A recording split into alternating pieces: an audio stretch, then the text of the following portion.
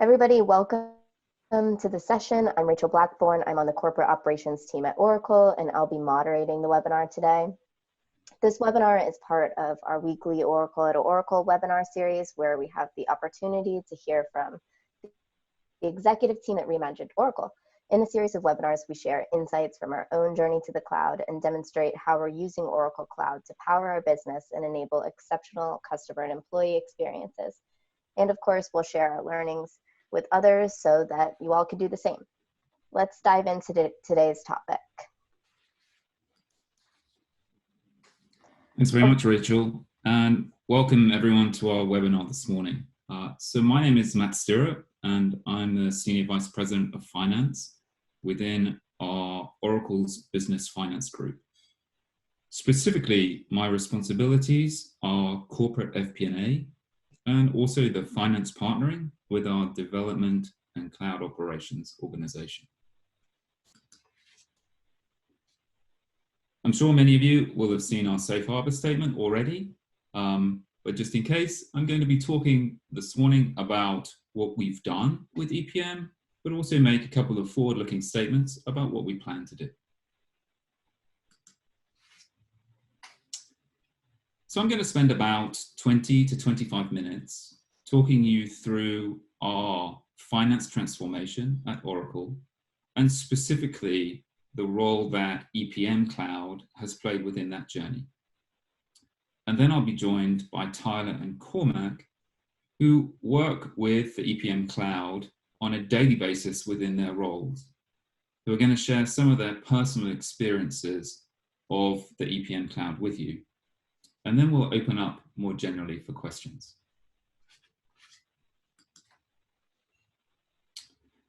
So clearly, disruption is part of our lives, and we've seen it at multiple points during the course of our careers, I'm sure.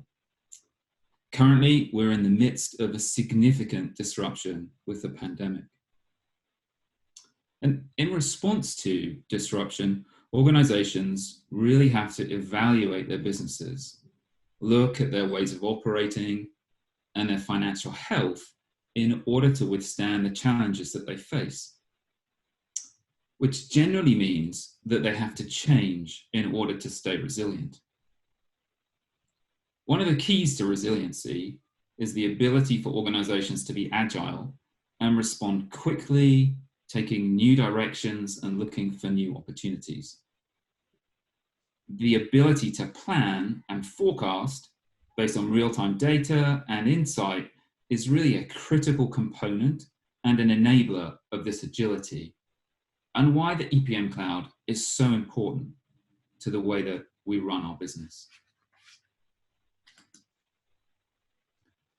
By way of context, Oracle is a growing global company with a large customer base, a significant amount of employees, operating in many countries with a wide range of products and services. It's continually changing, reimagining itself, adding acquisitions, and with that comes complexity.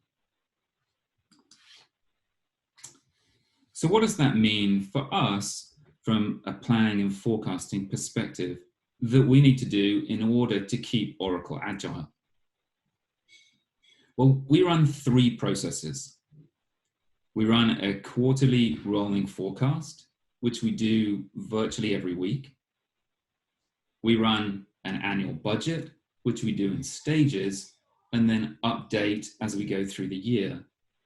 And then we run a long-range plan about 3 times a year. From a forecasting perspective, we forecast up to 200 P&Ls on a regular basis, using 2,000 forecast entities to incorporate the different lines of business and product cuts that we want to see in our forecasting and business management. We have around 400 finance people touching our forecasting and planning process in some way, whether that's sitting with our business leaders to understand trends and future predictions, or people working within our models to create forecasts to review them and approve them. So clearly, it's a large, complex process with a team of people who we all need to have walking in the same direction.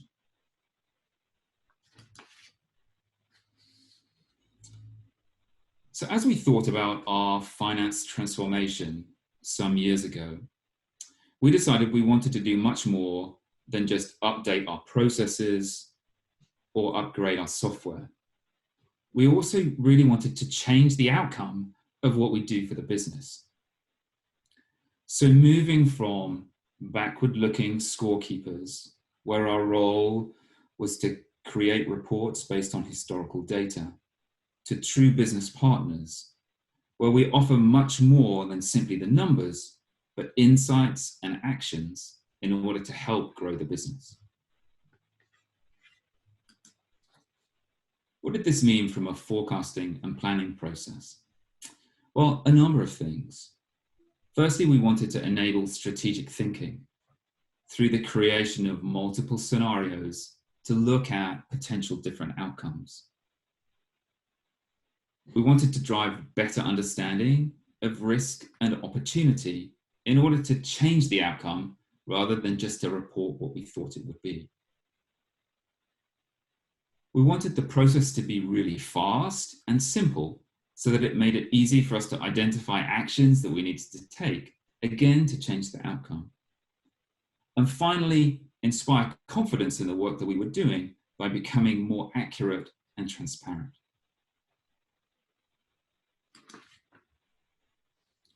So stepping back in time, here's a diagram of really the systems and process architecture that we used to use. So you can see here down the page, we have our forecast, then our budget, and then our long-range plan. We used a collection of different approaches. So an on-premise Hyperion application, and then an Essbase Cube for the input and capture of data and consolidation. In addition to these two applications, a whole myriad of spreadsheets.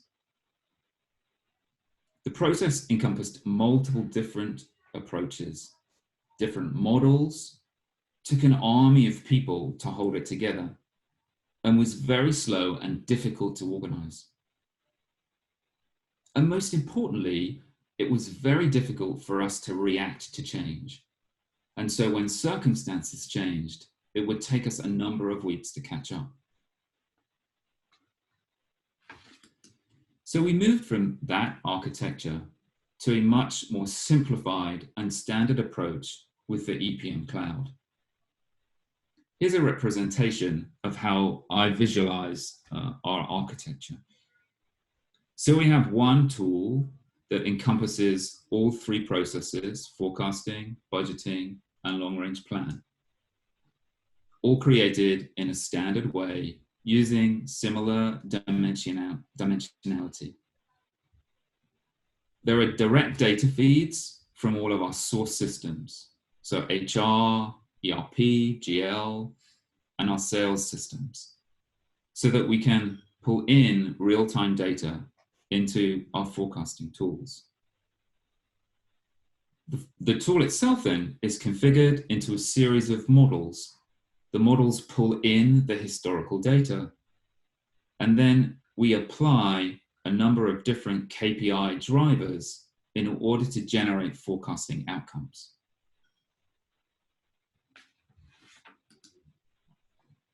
To zoom out on this picture just for a moment to show you the fuller tool set that we use, you can see here EPM on the left.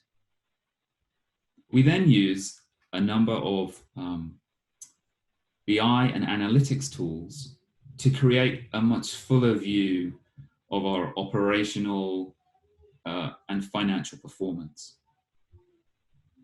Then on the right, you can see a traditional Essbase Cube that we use for the storage of historical data that we infrequently access, but is important just in case we need to. All of these tools are organized around our central data warehouse, which we've recently moved to the cloud using the Oracle Exadata Cloud service.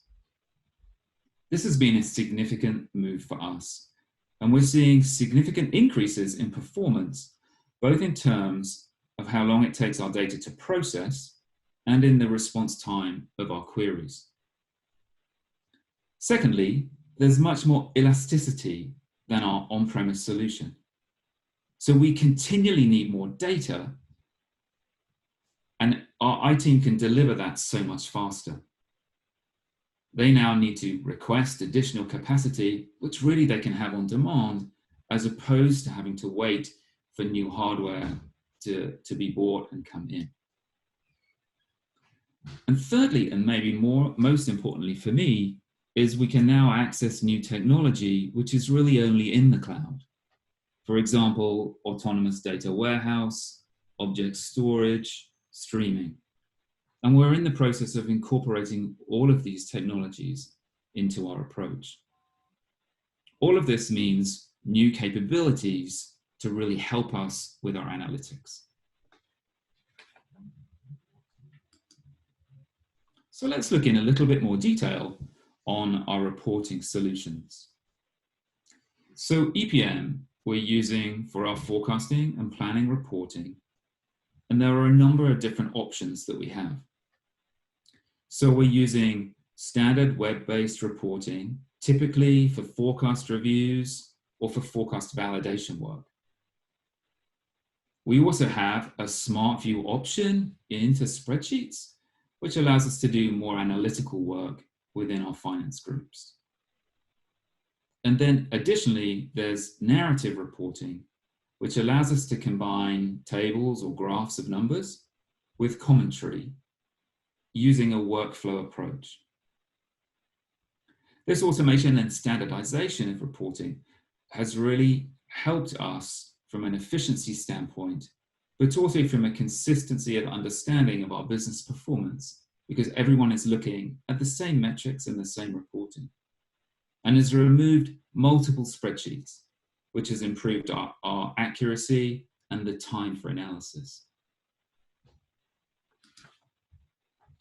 Moving over then to my diagram to the more general analytics and reporting. So here we're using business intelligence, and we're in the process of moving this to the Oracle Analytics Cloud. This really provides our business managers and users with self-service standard reporting. We've created a comprehensive suite of dashboards covering multiple operational and financial topics, and we've tailored those into what we call role-based dashboards, where the content is very specific to user groups designed around their roles. So when a specific manager logs in, they can see exactly the types of information that they need to do their daily role. With this approach, we've really delivered standard reporting. However, additionally, we're using data visualization, which allows for more analysis or customization based on exactly the same data sets, using the same parameters, but allows our finance users to create their own customized views for specific instances or circumstances. Through these tools, we've moved away from spreadsheet reporting to offer a much faster, more consistent, more insightful reporting and analysis toolset, which is fundamentally more secure than our previous spreadsheet versions. So reporting clearly is an important element of our transformation. But really, what you've seen here is we've moved significantly our planning and forecasting process from the past to the present. So through the implementation of EPM, we've moved away from a very manual, one-dimensional planning process, which took a long time to put together and was at best a kind of best estimate of what we thought, to a standard process, driver-based models with the capabilities to create multiple scenarios over multiple years or rolling quarters, and importantly, allowed us to become much more connected to our operational plans. So how did we do it? Clearly, as we've transformed, adopting new technology has been part of this, but we've also had to really reimagine our process. In that reimagination, we've used 4 key stages. So streamline, designing the process in a much simpler and more effective way, has really been the foundation of our change. Then empowering, enabling our team with technology so that they can complete their activities without manual intervention. Delight, by making our processes more intuitive, giving our employees more tools to work with, they've really enjoyed the process of change and the new process that we've given them. And then finally, automate, so through the use of technology. Just to drill into each of those stages in a bit more detail and look at some of our key wins.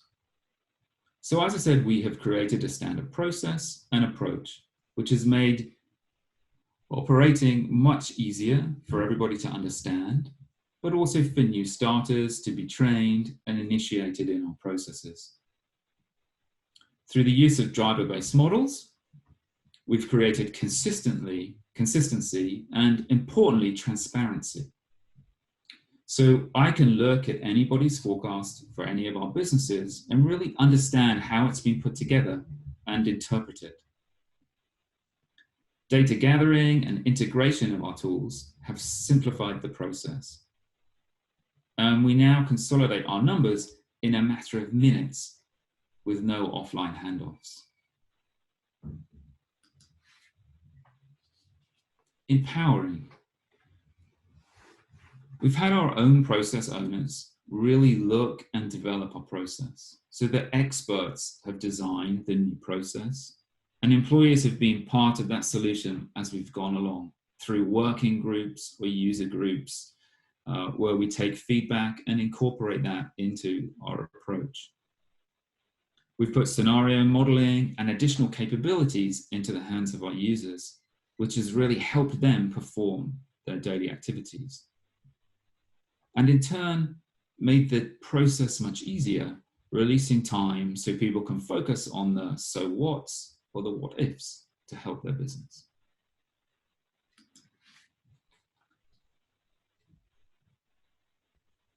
Through the automation of reporting and data gathering, we've really helped take work away from our employees so that they can focus on that more value-add analysis and insight. Collaboration within the process has been vastly improved with the tool. Everybody knows what their role is when they need to do it based on the sequencing that we have. And we've also brought many new capabilities to the team in terms of modeling and predictive analytics that really would have been difficult for them to perform themselves in spreadsheets. And then finally, automation. So we're now significantly faster and we incorporate real-time data into our process on a regular basis. We've significantly reduced errors because of the simplicity of the process, but also the transparency of what we're doing. And we've reduced the manual effort.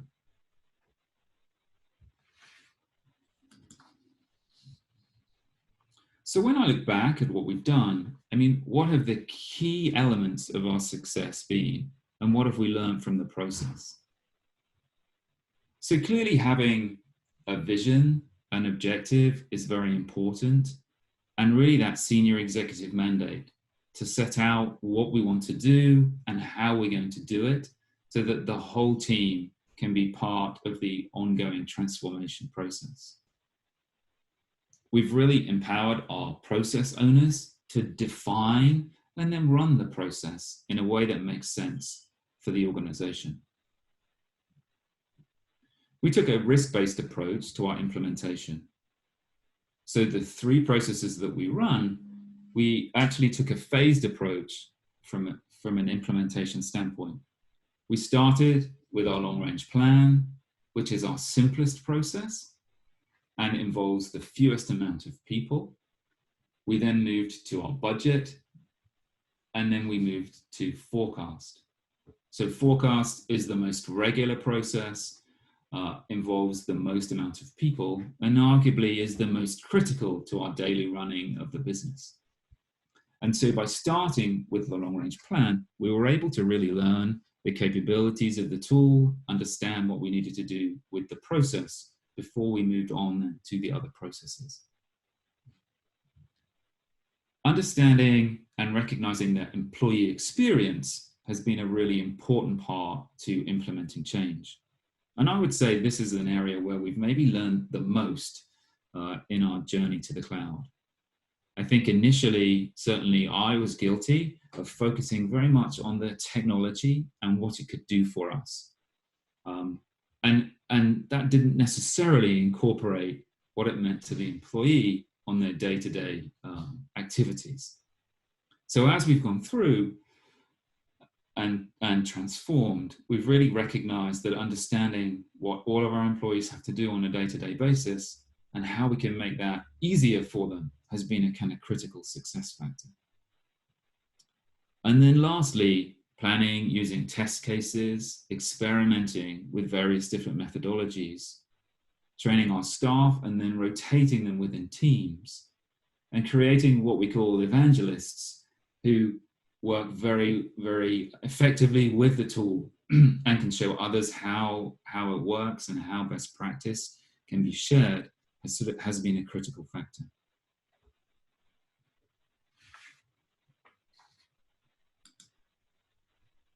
So what next? Well, if we look at the direction of EPM, really to date, we've achieved a lot in terms of automation of data gathering, standardizing the way that we create our forecasts, and that we review and report our outcomes. Now we're really working to deploy the increasing amount of predictive capabilities being released within EPM in order to automate many of the analytical tasks that we've historically been doing ourselves manually. The great thing about the cloud is new functionality and features keeps coming. And so as these predictive capabilities are built into the tool, we can then review and absorb them into our process. Through automation and pattern recognition, we can automate analysis previously done by our employees. And with machine learning, we can discover patterns in the data difficult for our employees to find. All of this is helping us to become more insightful and spend our time working on data-driven action plans with the business to drive growth. The technology is really adding new dimensions to our understanding and planning.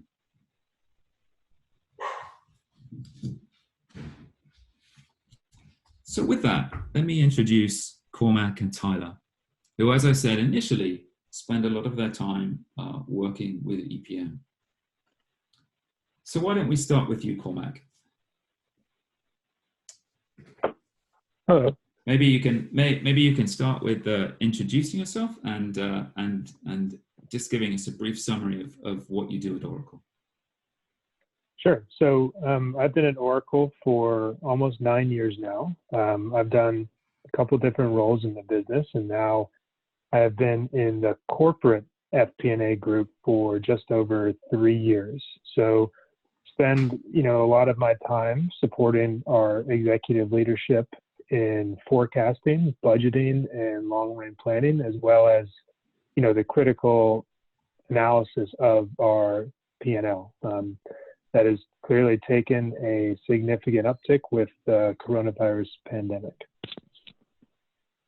Right. Okay. So how has EPM allowed you to focus your energy in maybe more value-added tasks for the business? Yeah, so that's a great question, Matt. So, I think I can actually answer that using very personal experiences. So my team and I are living, breathing examples of some of the slides that were kind of presented here. When we first began our journey that Matt was talking about in the beginning of this deck, to the EPM cloud, our time was an effort was spent heavily kind of on the data collection and presentation aspect of finance. The little time that we had left over was reserved for creating ad hoc analyses designed to provide some level of insight to executives and business leaders. Since we've made our journey and deployed some of these awesome features that are already live in the EPM, the data consolidation and presentation portion of my role is really measured in minutes instead of days now. We reserve almost all of our time for reviewing system-generated analyses and actually taking actions on those recommendations. That could be instituting new expense policies, highlighting upsides and risks, or suggesting some go-to-market changes. I think I can even make it clearer by talking about the actual sequence of events. So at Oracle, we typically do our forecasting and budgeting activities on Fridays, just our standard cadence of events. At the beginning of the EPM cloud journey, the consolidation and presentation process that I was speaking of always stretched into Friday night and sometimes even went into Saturday mornings. So there was never kind of the Friday night beer or the family pizza night. In our current EPM cloud model, Fridays are 99% reserved for action taking. I feel like I am doing all my responsibilities to Oracle as an entity and still get family night Friday time every week. And I never allow the quality and insight of our corporate FP&A org to suffer to achieve that. And that is all using the EPM cloud. It just allows us to focus all of our energy on the decision making and action taking. Great, thanks for that. So very tangible example of how this has changed our lives. I remember the late Friday nights very clearly.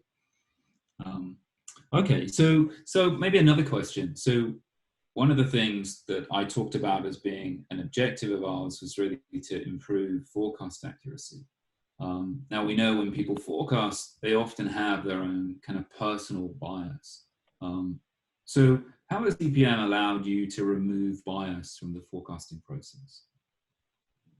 Yeah, so great question, Matt. I think as every finance professional knows this is one of the most challenging tasks that we encounter. How do we cut through the conscious or even subconscious bias in a planning process?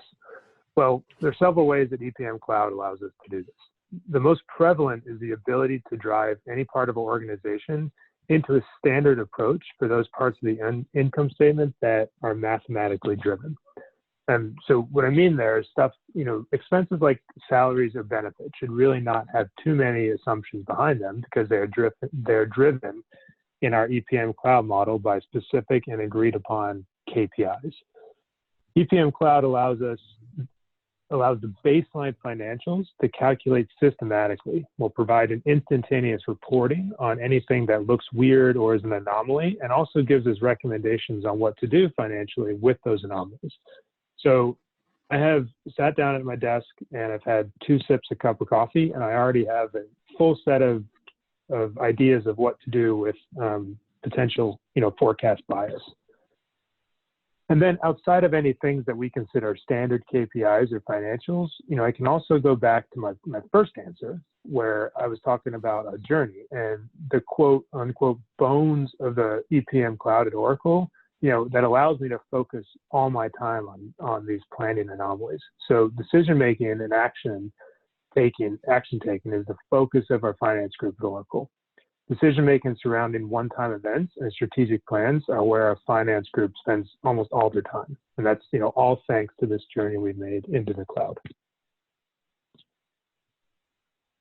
Great. Thank you very much, Cormac. So let me turn to Tyler. So Tyler, maybe if you could start by introducing yourself and the role that you do at Oracle. Yeah, sure. So my name's Tyler Young, and I've worked in finance at Oracle for about 14 years. Time spent in corporate FP&A, the Oracle Marketing Cloud, and the last few years in North America applications, supporting the sales and consulting function.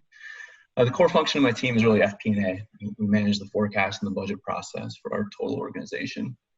My team also supports the sales forecasting process and business partners with the pre-sales organization and the ANC organization. Great. Okay. Thank you. Welcome. So, how have you been able to use EPM to become more efficient in how you and your team perform your responsibilities? Yeah, so I really think in a couple areas it's helped us a lot. You know, we do a lot of modeling, we do a lot of like reporting and communicating, right? So from a modeling perspective, you know, most of our forecasting and budgeting at this point is done by a senior analyst on my team. You know, for example, we've removed more than 20 expense models from our process. You know, at one time, these models would be maintained by different people using kind of like different sets of assumptions. And that's kind of what Cormac was saying, right? Like bringing a little bit of like this mathematical run rate based idea here. So when previously we'd be spending most of our time just like creating these models and consolidating. And now we rely on the run rates, you know, directly from the system, and it's really made us more accurate. And one of the huge benefits of doing that is that now that we can focus not just on the total organization, but we can look at one or even two layers down into the organization. And we can leverage the tool to give us a clear view of the business really at any time across the organization. From a reporting and communication standpoint, because we're more efficient, we have the data in the system, the systematic reporting and information sharing has become a lot easier. So I can share what we have in the tool across our finance organization and really like the business leaders. And they can have direct access to this through dashboards, and even through some of the data visualization that you talked about. My finance counterparts can create their own reporting or views. We're a complex organization, so they might view things slightly different than how we are in the central function, and they can manipulate it and have it the view that suits them or suits their finance or their business leader more appropriately. So we're not spending hours and hours on manual reporting. And when I think about working with Cormac on the corporate side, so when we submit our forecast and it'll go to Cormac. And now when we do that in EPM, we're including some variance explanations. So because this information is now in the system, Cormac, he can reach out within minutes of when we submit with any sort of clarifying questions. And I think that this real-time feedback has really strengthened my team's relationship with corporate FP&A. Great. Okay. All very good to hear. So is there anything that you've been able to do for your business leaders more easily with EPM that maybe was challenging previously? Yeah, definitely. I think, it's really that business partnering. We're able to spend time at the table as business partners, helping make decisions instead of being in the background crunching numbers and consolidating information. With the efficiencies of EPM, like I said previously, we're forecasting and budgeting one or two layers down. And what that's doing is it really gives us a view kind of like two different ways within the business. We can view this like general manager view or like a pillar P&L. We can look at profitability, but even within these organizations, we have different owners. So we can look at the sales organization or the pre-sales of the operations organization. And what that does is it really makes planning and cost control easier as we can target areas for investment or cost reduction. And this was really key as we iterated on the budget, as we started to understand the effects of COVID through the planning process that we just went through.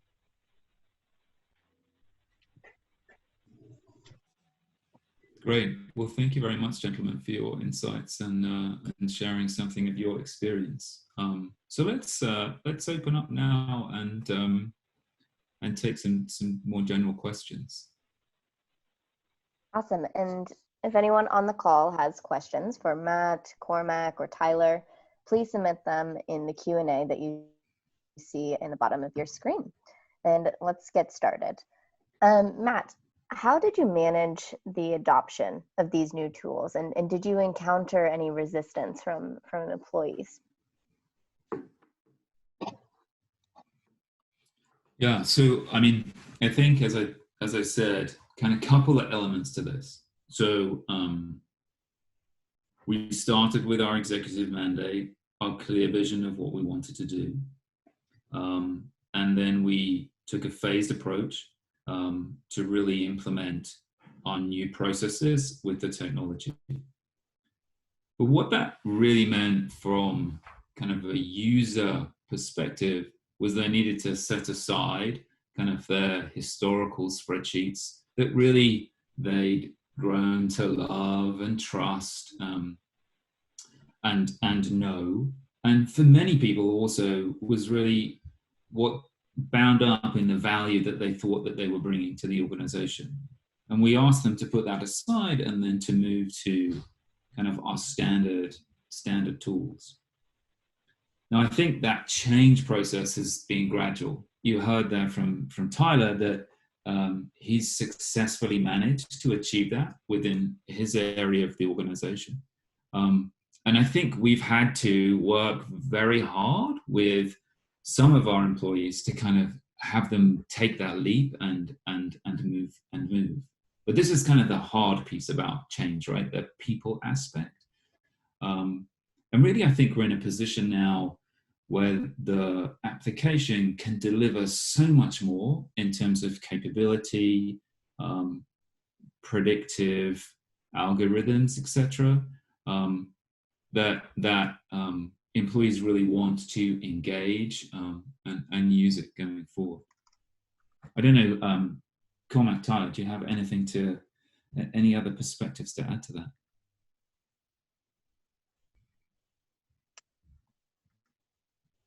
Yeah, I would really just echo everything you said, Matt. I completely agree with it. Cool. Okay. I think change is hard, but we're definitely getting people on board. Like they're getting in the boat with us, and they're starting to row along. I think it's been very good for our organization. Yeah. Okay. Good. And I think the other thing I would say is that the more change you do, sort of the easier it becomes. And certainly, people are very excited now about some of the future functionality that will be built into the tool. And certainly we are having lots of conversations with our broader team about how we can use that and how we can really make the most of the tool going forwards.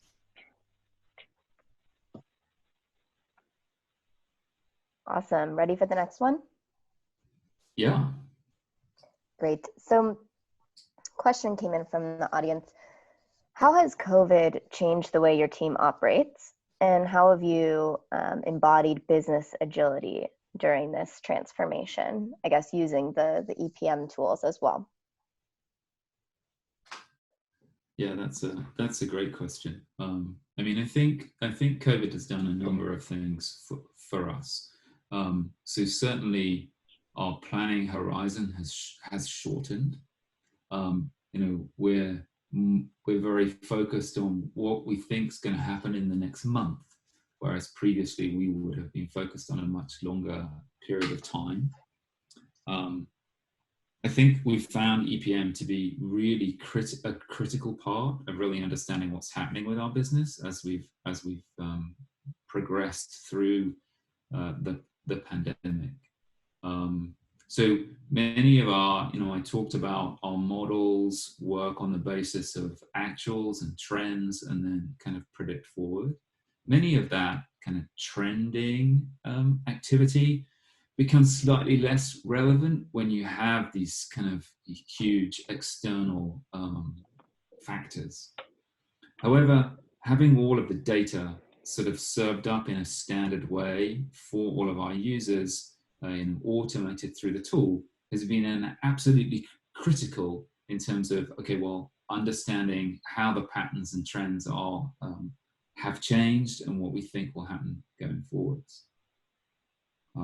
The other thing I think I would say is that we've focused on slightly different things through this pandemic. So, for example, we focused on short-term cash flow maybe more than we used to do. We in fact hadn't built cash flow within EPM prior to the pandemic. We focused most of our forecasting and planning work on the P&L. So we were very quickly able to adapt by using the standard setup within the tool to create cash flow and balance sheet forecasts so that we could look kind of short term, longer term, and monitor our cash flow. So really the flexibility of the tool allowed us to kind of very dynamically and quickly change some of the things that we were looking at. Yeah, I think, Matt, I would add to that just by saying that, you know, the EPM cloud really enabled us to do exactly what you're talking about quickly. So, you know, at the beginning of the pandemic, everything was changing almost by the hour. So we wanted to really look at where we were going in the next month very quickly. So we didn't have to spend a lot of time kind of setting the table for that discussion, because EPM was so agile and everybody really knows how to use the tool and all in the cloud together. We don't spend time kind of, you know, printing out reams of paper in a very simplistic example to kind of set the table for a discussion about how we approach the next month. Well, from my perspective, it seemed like we in the field were providing information through EPM so that Cormac and Matt were able to use the information. There wasn't a lot of back and forth. It was already there, and they could take it and help shape the discussion.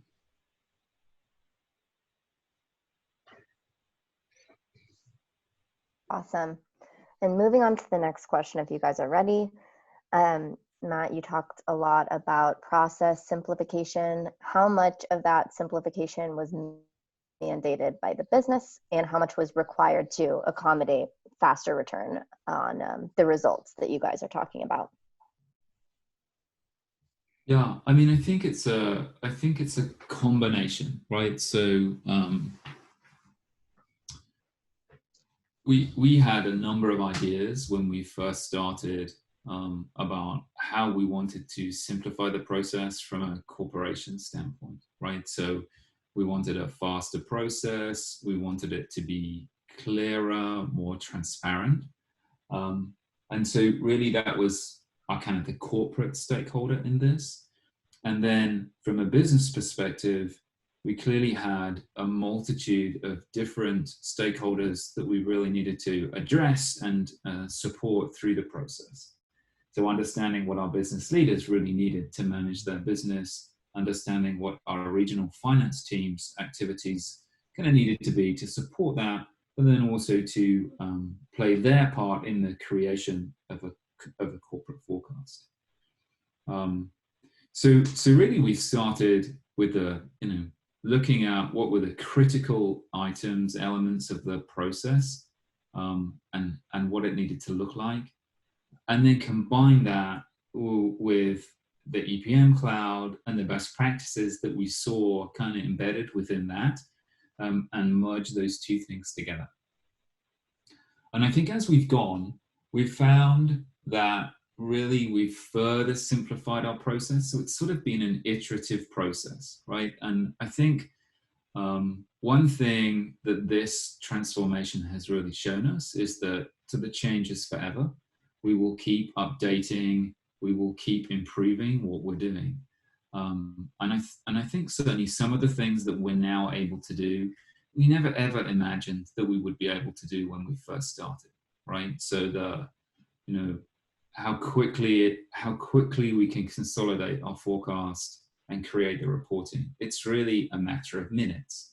I mean, when we first started, sure, we understood that as an aim, but really seeing that has been great and allowed us to build all sorts of other kind of analytical activities, as Cormac described earlier, into our process. Great. And I know you guys touched on this a little bit earlier, but can you give any specific examples of a situation where you were able to influence a business decision or bring something to the table that you wouldn't have been able to before? Yeah, I mean, I think here, there are sort of many examples. I'm sure Cormac and Tyler have others.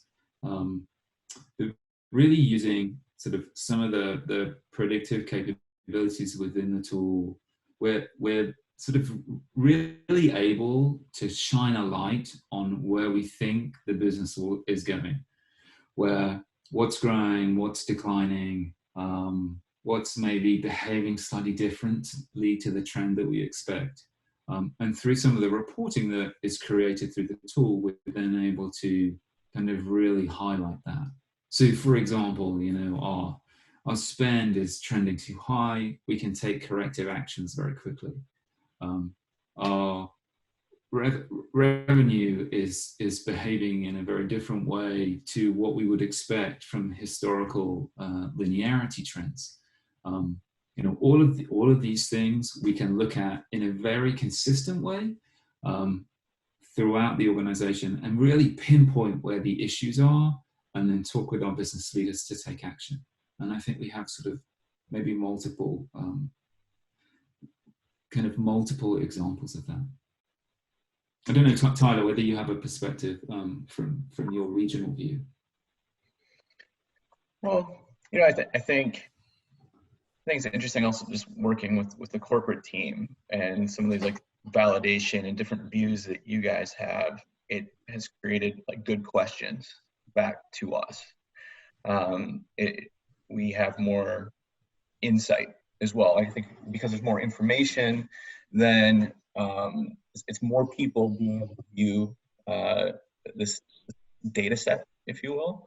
And I think that's shed light. I think for me personally, I spent a lot of time on the head count and expense side of the house. And I was talking earlier about, you know, we can look at things, you know, from like a pillar, like P&L profitability, but we'll have organizations that are across the whole multiple P&Ls that you can't necessarily see all of the investment that we're making, maybe even in an overlay group or in some sort of organization. We're able to highlight, hey, are we a little heavy here? Are we a little light? Are these ratios a little bit low? Something that individual general managers are not seeing, but we're looking at it as a total North American view. And we're able to have more and different perspectives. Got it. No, that's great. So really, it's like the real-time nature of flowing our actual financial and operational data through the system in kind of standard reporting views that then help us to react quickly and pinpoint issues.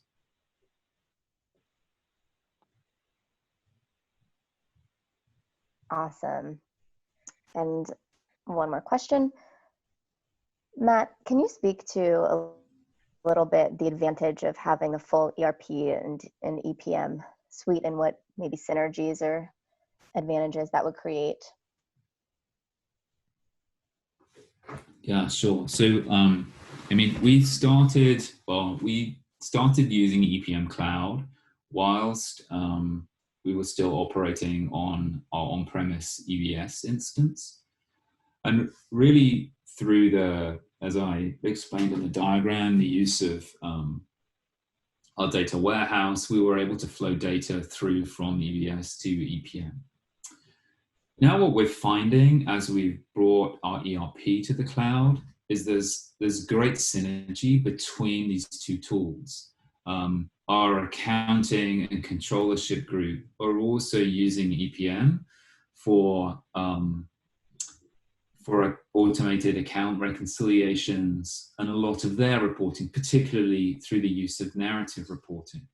So there's a great kind of synergy across the finance group with using these two tools in collaboration with each other. And certainly then as we move forward as an organization and we further simplify, develop our processes, we're doing this in conjunction with the two tools together. Great. And that was the last question in the Q&A, but just to close out, Matt, is there anywhere you would suggest that people go for additional information on this topic or updates as to what's coming next?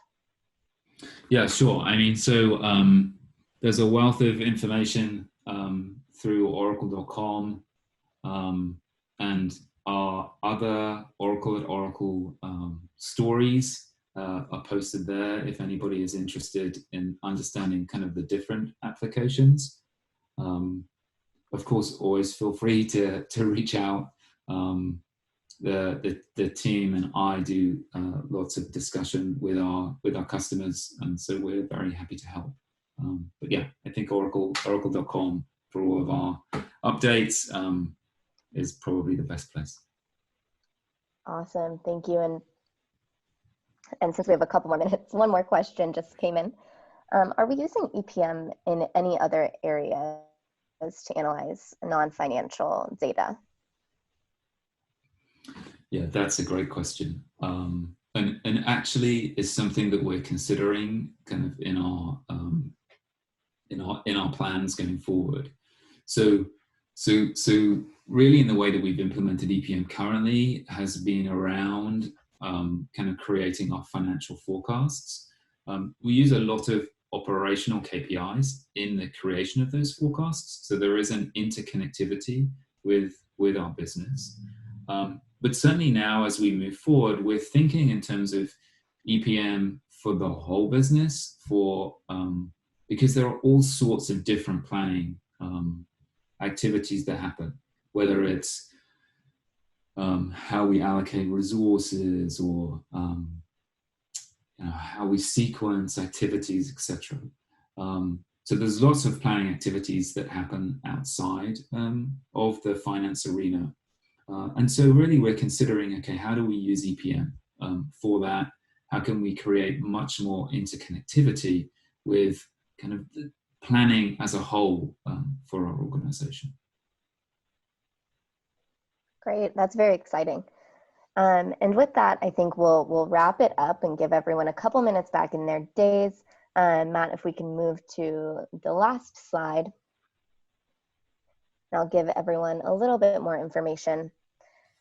This webinar is being recorded, and after you will receive a follow-up email with instructions to access the recording, which will be hosted on Oracle Video Hub, and you'll receive some additional information as to future Oracle webinars, what's coming up. If you have any questions or would like to be connected to an expert within Oracle, you can reach out to this email address that you see here, oracle@oracle-contact_ww@oracle.com, and we'll get everything answered for you. And that is all. Thank you so much for joining today, and we hope to see you virtually, of course, on future Oracle webinars. All right, everybody, have a good rest of your Thursday. Thanks, Matt.